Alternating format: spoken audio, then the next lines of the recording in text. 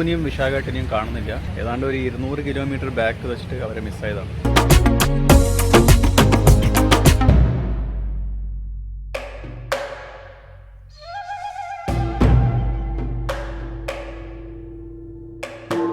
Good morning, എല്ലാവർക്കും മറ്റൊരു ദിവസത്തേക്ക് സ്വാഗതം. സമയം 4:30. നമ്മൾ ഇന്ന് പോകുന്നത് തിരിച്ച് ഇന്ത്യയിലേക്കാണ്. ഗാങ്ടോക്കാണ് നമ്മുടെ ലക്ഷ്യം. ഇതാ റൂമെല്ലാം ക്ലിയർ ആണ്. ഇതാണ് കാഠ്മണ്ഡു സിറ്റി. നമ്മൾ താമസിച്ച റൂമിൻ്റെ പരിസര ഏരിയ ആണിത്. കണ്ട ഏതാണ്ട് സൂര്യൻ ഉദിച്ചു തുടങ്ങി. ഇതാ നമ്മുടെ ബൈക്സ്. വിശാഖേട്ടൻ ബൈക്ക് കെട്ടിക്കൊണ്ടിരിക്കുകയാണ്. അതിൻ്റെ മുന്നിലത്തെ ബൈക്ക് എൻ്റെ, അത് കെട്ടിക്കഴിഞ്ഞു. നമ്മൾ ഇനി പോകാനുള്ളത് തിരിച്ചതാ കാഠ്മണ്ഡു സിറ്റി. അതാണ്, അവിടത്തേക്കാണ് കാഠ്മണ്ഡു സിറ്റിക്ക് പോകാനുള്ളത്. അതുവഴി നമുക്ക് പോകാനുള്ളത്. ഇത് എൻ്റെ വണ്ടി ഉണ്ടായിരുന്ന 2.5 ലിറ്ററിൻ്റെ പെട്രോളാണ്. ഇത് ലഡാക്ക് പോകാൻ വേണ്ടിയിട്ട് ബാക്കപ്പായിട്ട് എടുത്തതാണ്. അത് നമ്മുടെ വിശാഖേട്ടൻ്റെ വണ്ടിയിൽ ഒഴിച്ച് ഇതാ ഇവരെ വണ്ടിയിൽ. നേപ്പാൾ കാഠ്മണ്ഡു വരുന്നവർ ഒരു കാര്യം ഓർക്കുക, ഇവിടെ രാത്രി 8 മണി 8:30ക്കുള്ളിൽ പെട്രോൾ പമ്പ് അടക്കും. പിന്നെ രാവിലെ 6 മണി 7 മണിക്കാണ് അത് വീണ്ടും തുറക്കുള്ളൂ. സോ അതുകൊണ്ട് ഈ പുലർച്ചെ തന്നെ യാത്ര സ്റ്റാർട്ട് ചെയ്യുന്നവർ അത് സൂക്ഷിക്കുക. അത് ചിലപ്പം പണിയേ വരും.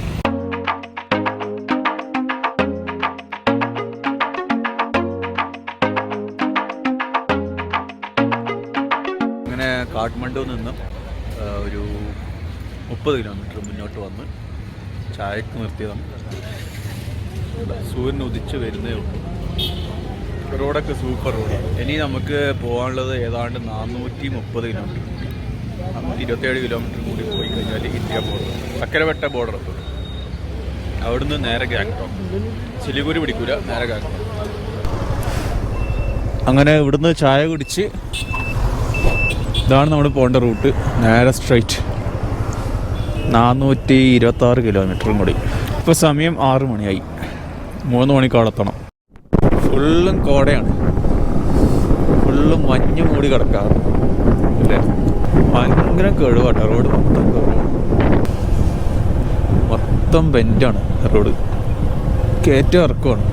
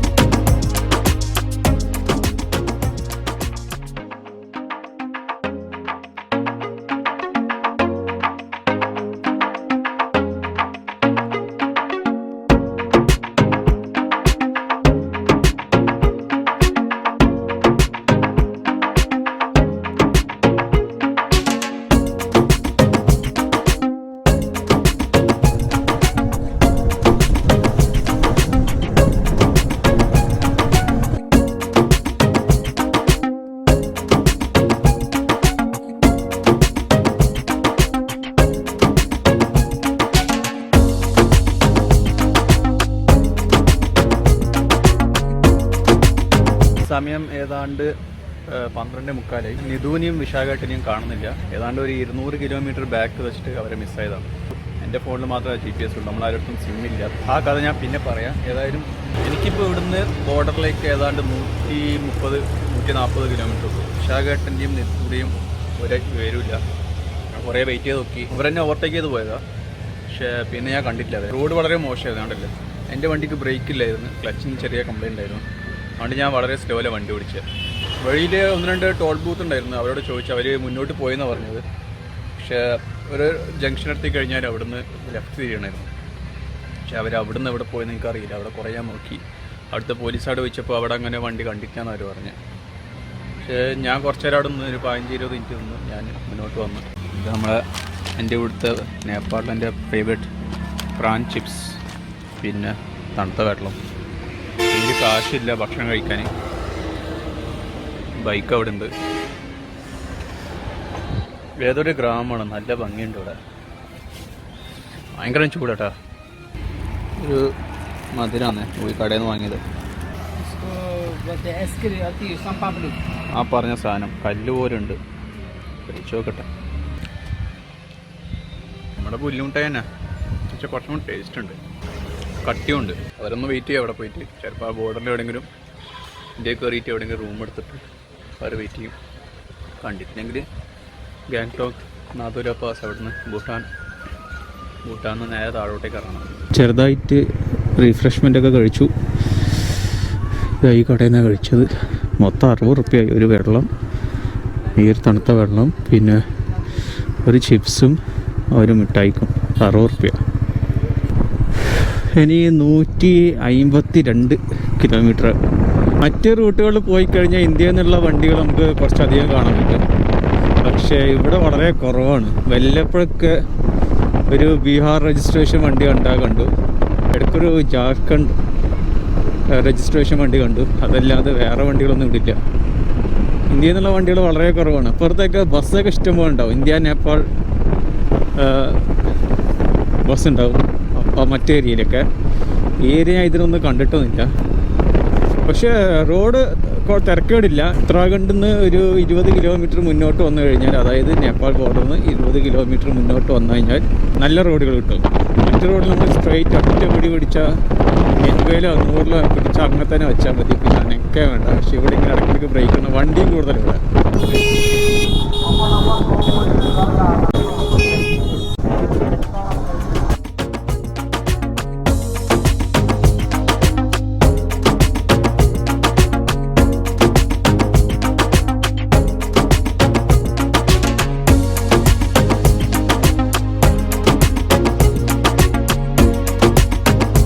ഇതേപോലെ ഒരു ഡാം കടന്നിട്ടാണ് ഞാൻ നേപ്പാളിൽ നിന്ന് ഇന്ത്യയിൽ നിന്ന് നേപ്പാളിലേക്ക് കടന്നത്. പക്ഷെ അത് ഒന്നുകൂടെ നേരോ ആയിരുന്നു. ഇത് ഭയങ്കര വിശാലമാണ്. അതായത് ഇന്ത്യയിലേക്ക് ഇനി അധികം ഡിസ്റ്റൻസ് ഇല്ല. ഇനി 130 കിലോമീറ്റർ.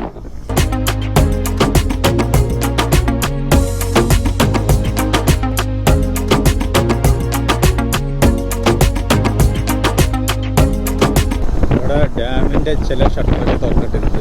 ചിലതൊക്കെ അടച്ചിരിക്കുകയാണ്, നല്ലതൊക്കെ അടച്ചിരിക്കുകയാണ്. ഇതൊക്കെ ചെറുതായി തുറന്നിട്ടുണ്ട്.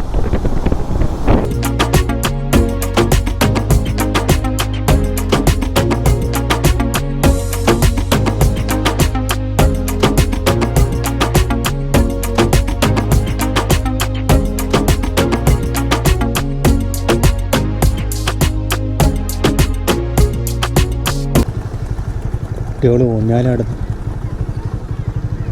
എന്ത് കൊള്ളാലോ ഏർപ്പാട്. हाँ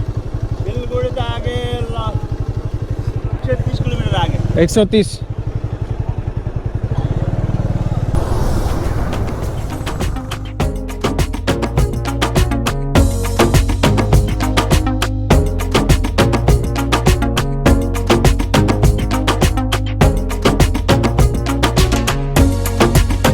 കക്കര വിട്ടെത്താൻ ഇനി 90 കിലോമീറ്ററും കൂടി. അപ്പോഴും നമ്മുടെ കോ റൈഡേഴ്സിനെ കുറിച്ചുള്ള ഒരു വിവരവും എനിക്കില്ല. അവരെവിടെയാണ് എന്താണ് ഒരു ഐഡിയ ഇല്ല. ഏതായാലും ഇനി ഇന്ത്യയുടെ ബോർഡർ കടന്നാൽ എന്തെങ്കിലും ചെയ്യാൻ പറ്റും. നെറ്റ്വർക്കെങ്കിലും കിട്ടും. അതുകൊണ്ട് ഒരു മെസ്സേജ് അയക്കും. ഒരു മെസ്സേജ് ഉദ്ദേശിച്ച സ്ഥലത്ത് തന്നെ.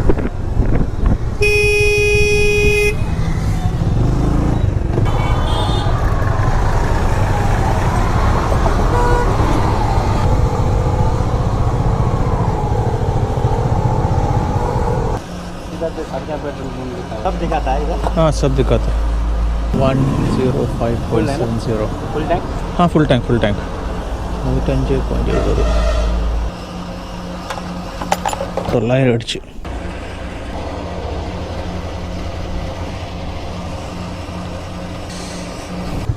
പെട്രോൾ അടിച്ച് കഴിഞ്ഞു, ഫുൾ ടാങ്കായി.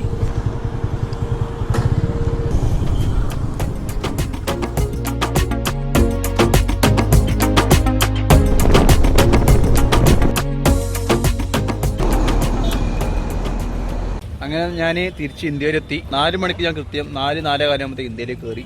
പക്ഷെ നമ്മുടെ കൂടെ വന്ന ടീംസ് അവർ എന്നെയും കാത്ത് അവിടെ ഉണ്ടായിരുന്നു. പക്ഷേ കണ്ടിട്ടില്ല. അവർ റെസ്റ്റോറൻറ്റ് കയറി മെസ്സേജ് അയച്ചു. എനിക്ക് വൈഫൈയുടെ സമയത്ത് അവിടുന്ന് എനിക്ക് 2 മണി 1 മണി ടൈമിലൊക്കെ 3-4 മെസ്സേജ് അയച്ചു, ലൊക്കേഷനൊക്കെ വിട്ട്. അപ്പോൾ അവരിപ്പം ബാക്കിലാണ്, നേപ്പാളിൽ തന്നെ. അവരിതുവരെ ഇന്ത്യയിൽ കയറിയിട്ടില്ല. എൻ്റെ അടുത്ത് ഇവിടുന്ന് ചായനം കുടിച്ച് ആ ചേട്ടൻ പറഞ്ഞ പ്രകാരം ഇവിടെ ഒരു ബൈപ്പാസ് ഉണ്ട്. ആ ബൈപ്പാസ് കയറിക്കഴിഞ്ഞാൽ ഗാങ്ടോക്കിലേക്ക് സിലിഗുഡി ടച്ച് ചെയ്യാണ്ട് നമുക്ക് പോകാൻ പറ്റും. ശരി, ഇനിയിപ്പോൾ അവരെ റൂം വെച്ച് കാണും. അവിടെ റൂം എത്തിയിട്ട് അവർക്ക് ലൊക്കേഷൻ അയച്ചു കൊടുക്കണം. അങ്ങനെ റൂം എടുത്ത് ഇതാ ഹോട്ടൽ സമ്രാത്ത് എന്ന് പറഞ്ഞ റൂമാണ്. ബൈക്ക് ഇവിടെ പാർക്ക് ചെയ്തിട്ടുണ്ട്.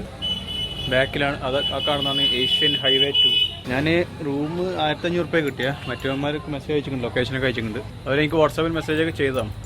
മുന്നോട്ട് പോകാൻ പറ്റിയിട്ടില്ല, ഭയങ്കര പൊടിക്കാറ്റ്. ഇന്നുണ്ടായ സംഭവങ്ങൾ ഞാൻ ചുരുക്കി പറയാം. കാഠ്മണ്ഡുവിൽ നിന്ന് കക്കരബിട്ട എന്ന നേപ്പാൾ ഇന്ത്യ ബോർഡറിലേക്ക് ഏതാണ്ട് 460-65 കിലോമീറ്റർ ദൂരമുണ്ട്.